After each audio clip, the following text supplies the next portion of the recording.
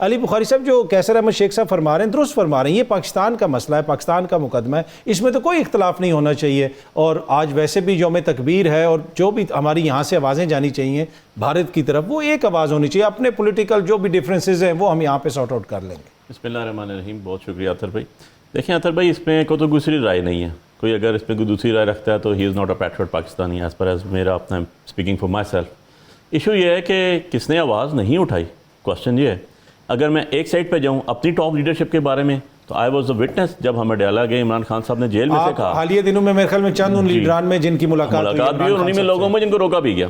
सो issue ये है कि खान साहब ने स्पेसिफिकली ड्यूरिंग जंग, ये जब हालात चल रहे थे उससे पहले उनका स्टेटमेंट आई थी कि हम सारी कौम फौज के साथ हैं, हम हर लिहाज से इंडिया के खिलाफ अपनी फौज के साथ खड़े हैं, बिकॉज हम पाकिस्तानी हैं, वी आर प्राउड पाकिस्तानी। हमारा तो स्टेक्स यहाँ पर है। हम पॉलिटिक्स भी कर रहे हैं तो for the prosperity of the people, Pakistan के लिए कर रहे हैं, पाकिस्तान की इज्जत के लिए कर रहे हैं, पाकिस्तान की डिग्निटी सॉवरेनिटी के लिए कर रहे हैं, नंबर वन।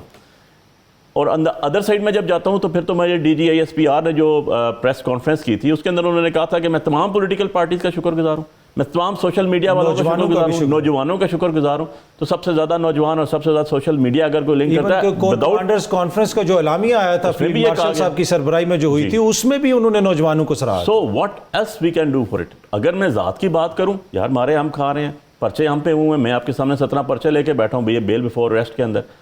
अमेंडेड हमारा चला गया, ख़वातीन से लेके बूढ़े बच्चों से लेके आज तक हम तस्दील में, मेरा लीडर जेल के अंदर 2 साल से। इवन एंड अदरवाइज हमने तो कोई ज़ात की बात नहीं की। हम तो कहते हैं कि जी we are stand with our Pak army, चाहे वो एयरफोर्स हो, नेवी हो, हमारी बहरी अफवाज हो जो लड़ रही हैं, we are supporting them from the core of our heart. Pakistan army के साथ खड़ा होना तो अपने साथ खड़ा होना है ना। ये तो पाकिस्तान जंग हो रही है हमारी तरफ से, तो ये मैसेज है टॉप टू बॉटम।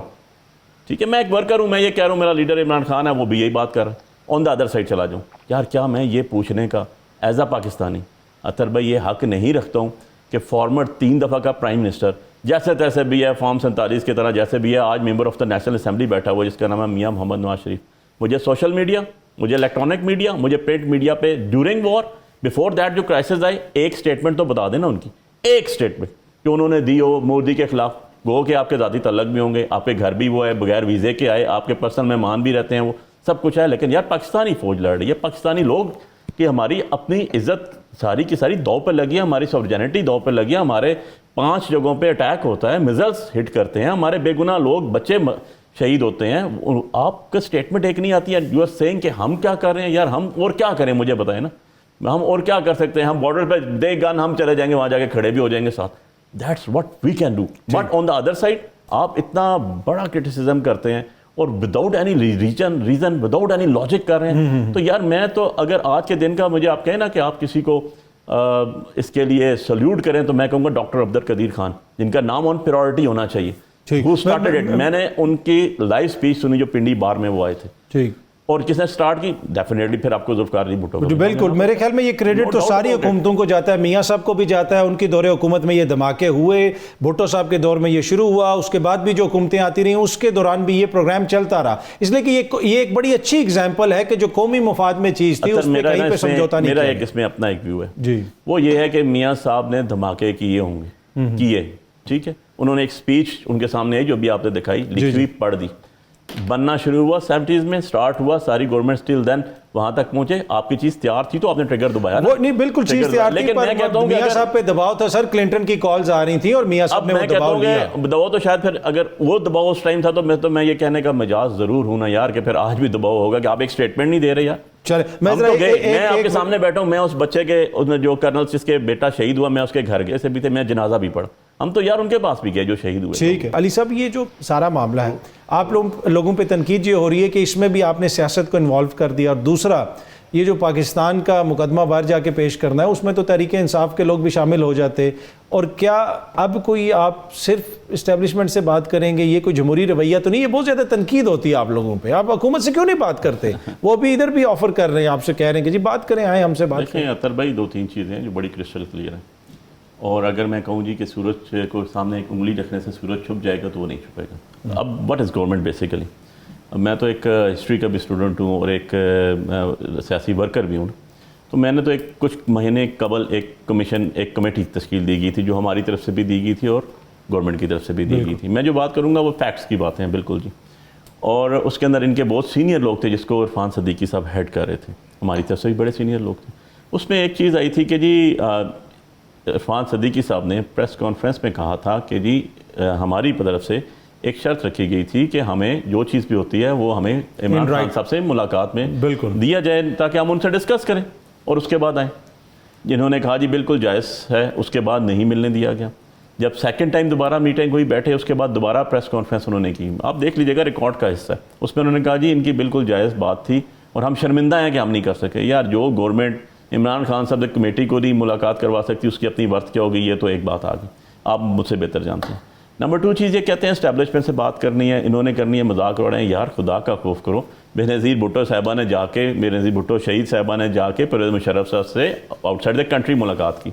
आप जब आ रहे थे इफ्तिखार चौधरी को बहाल करने के लिए, एक फ़ोन पे कर दी, मैं छोड़ता हूँ जनरल जिलानी साहब को, पीछे से स्टार्ट ही नहीं करता हूँ, मैं छोड़ता हूँ जो जुनेजो साहब की गवर्नमेंट में हुआ, मैं छोड़ता हूँ जो 88 की गवर्नमेंट में हुआ, मैं छोड़ता हूँ जो सुप्रीम कोर्ट के असर खान पटिशन हैं, सब कुछ छोड़ता हूँ।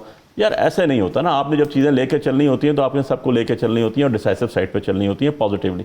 मैं छोड़ता हूँ काकड़ साहब के दौर में क्या हुआ, जो माइनस हुए, और फिर शाह खान साहब के क्या हुआ, ये सारी की सारी तारीखें पढ़ें तो आपके पास तो एक पूरी की पूरी आपके ऊपर तो एक पेपर बुक है जो बता रही है कि आप वहीद काकड़ की बात जी, मैं वहाँ से अच्छा, मैं अनवारुल्लाह काकड़ भी है ना लोग वो नहीं, मैंने तो 85 से स्टार्ट किया, मैं उससे पीछे भी नहीं जाता हूँ कि आप के जो लीडर हैं वो कैसे आए, मिनिस्टर कैसे बने, उसके बाद जुनेजो साहब की कैबिनेट में कैसे आए, फिर सीएम कैसे बने और क्या क्या होता चला आया, तो ये बातें जे भी नहीं देती इनको, क्योंकि ये खुद तो प्रोडक्ट ही उनका है। अब इशू ये आ जाता है कि अब इशू ये आ जाता है, देखें ना आपके साथ भी है ना, जब आप लोग 2018 में इक़्तिदार में है, ये इल्ज़ामात आप पे लगे कि एक आपको काफ लीग भी मिलवा दी गई, आपके साथ जो है मैंगल साहब भी बैठा दिए गए, MQM भी आपके साथ आ गई, आर्मी चीफ कौम का बाप भी बन गया, फ़ोन टेप करना भी जायज़ हो गया, जो इक़्तिदार से बाहर हुए तो आप लोगों को ये सारी जमहूरियत याद आ गई। भाई ऐसे नहीं, ये हम 2-3 चीज़ें क्लब कर रहे हैं, उनको 1 by 1 अगर एड्रेस करें तो ज़्यादा बेहतर है। देखें हमने तो ये कभी भी नहीं कहा कि जुडिशरी हमारे ताबे हो,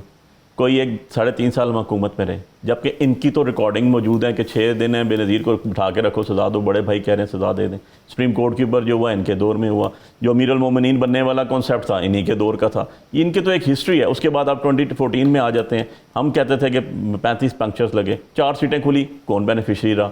हर दौर में बेनिफिशरी मुस्लिम लीग नूर और नवाज शरीफ साहब की फैमिली रही है। उससे आगे 18 पे आ जाता हूँ। 18 में कितनी पटिशन पेंडिंग थी, कभी आपने देखा है इनकी बात है? Only 18, 14 to 18।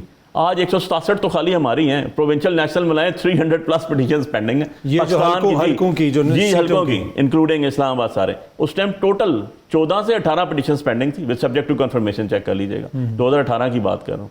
अब कोई पार्टी अपने तौर पे आती है, आज MQM उनके साथ बैठी हुई है, हमने तो नहीं कहा उसको यार बैठो उनके साथ, उनका अपना अलायंस होगा या किसी ने करवाया होगा, हमने कब उसको अच्छा कहा है? हम तो कहते हैं कि यार ये पॉलिटिकल नॉर्म्स ही नहीं है। आपके सामने इलेक्शन जीत के 50,000 वोट से इस्लामाबाद के ना, आपने भी तो वोट पोल किया, बाहर बैठे हुए कि नहीं बैठे हुए? एक दरखास्त नहीं आई आज तक सारे लाइफ में। एक प्रोफेशनल लॉयर है, सुप्रीम कोर्ट के वकील हैं यार, लॉ फॉर्म्स रन कर रहे हैं, इलेक्शन लड़ने के बाद से अभी तक 17 FIR में। पर वो जहांगीरी साहब वाला तो बड़ा तेजी से आपका चल रहा था, वो किधर गया? वो कभी पूछा आपने आज तक कि यार साल गुजर गया, उन्होंने कहा था कि फॉर्म 45 ले, और पाकिस्तान की वाहिद सीट है ये जिसके रिटर्न के इंडियट जिसको बताया गया, उसने कहा जी मेरे पास फॉर्म नहीं, RO से ले लें जाकर। और जब जज साहब ने कहा ठीक है जी ले आएंगे, मैंने कहा था मेरे कॉस्ट पे दुनिया की जिस जगह मर्जी भेज दें, ये रिकॉर्ड मौजूद है। इस तरह तो निज़ाम नहीं चलता ना। आप 26 अमेंडमेंट देख लें, मैं हमेशा हर प्रोग्राम में कहता था कि ये 26 अमेंडमेंट जो है ये ऐसा नसूर है जो कि 8th अमेंडमेंट की तरह, ज़िया-उल हक की 8th अमेंडमेंट की तरह आगे जाके पूरी कौम को इसको भुगतना पड़ेगा। ठीक है, कैसे मुझे बताएं? ये कहते थे कि जी बहुत अर्ली जो है हमारा इंसाफ हो जाएगा। 27 लाख केसेस पेंडिंग थे लोअर कोर्ट्स में, उससे ज़्यादा आज पेंडिंग है। 4 लाख प्लस केसेस पेंडिंग थे हाई कोर्ट में, उससे ज़्यादा आज पेंडिंग है। 56,000 प्लस जो केसेस सुप्रीम कोर्ट में पेंडिंग थे, उससे ज़्यादा आज। आपने तो जुडिशरी को एग्जेक्टिव के नीचे कर दिया।